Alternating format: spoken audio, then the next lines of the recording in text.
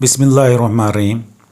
یہ بات ہم سب کے مشاہدے میں آتی ہے کہ اگر جلد پر ایک دفعہ خارش شروع ہو جائے تو کافی دیر بعد جا کر اسی میں کمی آنا شروع ہو جاتی ہے۔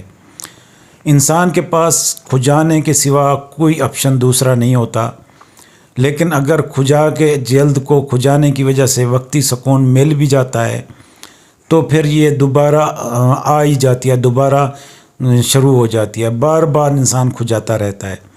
خارش کی علامات میں سکن کی لالی، گرمی، سوجن، درد وغیرہ، سوجن وغیرہ اور خارش شامل ہوتی ہیں۔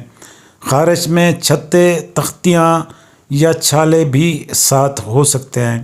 جلد کی سوزش کی وجہ سے شدید خارش ہو سکتی ہے، جیسے کہ الرجی یا بیکٹیریل وائرل انفیکشن یا فنگل انفیکشن، یا جیسے کہ آٹو امیون شامل ہوتے ہیں۔ اس کے تدارک کے لیے ہم نے اس تحریر میں چند گھریلو نسخے بھی لکھے ہیں، اور اس کے علاوہ ہم آپ کو اس میں بہترین آزمایا نسخہ بتائیں گے جو آپ استعمال کریں گے ایک بار تو چاہے جتنی بھی خارش ہو تو وہ بالکل ختم ہو جائے گی۔ 100% ہے سرسوں کے تیل میں ایک ہی چیز ملانی ہوتی ہے جس کی وجہ سے کسی قسم کی خارش ہو تو وہ ختم ہو جاتی ہے۔ اس سے پہلے گھریلو ٹوٹکے میں آپ کو بتاتا ہوں۔ کھجلی یا خارش کے اوپر پودینہ لگانا، ملنا بھی راحت کا ایک بہترین سبب ہے۔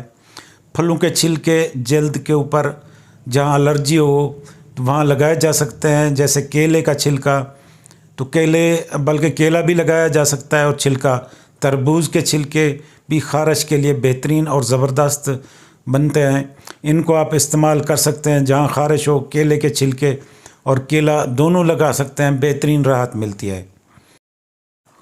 اس کے علاوہ جو نا امرت دھارا بھی ایک بہترین چیز ہے، ایک زبردست جڑی بوٹی ہے۔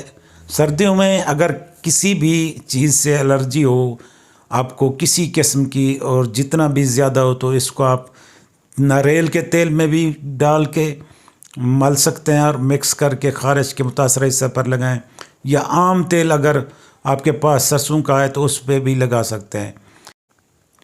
اس کے علاوہ آپ نیم کے پتے بھی استعمال کر سکتے ہیں، ناریل کا تیل بھی آپ استعمال کر سکتے ہیں، اور یہ خارش پر لگانے سے آپ کو بہترین راحت ملے گی۔ پیٹرولیم جیلی جیسے آئے، ماہرین کے مطابق ناریل کا تیل خارش سے نجات دلانے میں اہم کردار ادا کرتا ہے، کیونکہ ناریل میں اینٹی بیکٹیریل اور اینٹی الرجک خصوصیات موجود ہوتی ہیں۔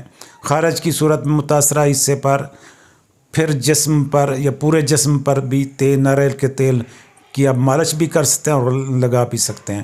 پیٹرولیم جیلی بھی اسی طریقے سے آپ اسے استعمال کر سکتے ہیں۔ آخر میں ہم آپ کو وہ نسخہ بتاتے ہیں جس کا آپ نے تھمب نیل پر دیکھا ہے۔ 1 پاؤ جتنا آپ نے سرسوں کا تیل لے لیں، 1 تولہ اس میں گندھک آملہ سار لے لیں۔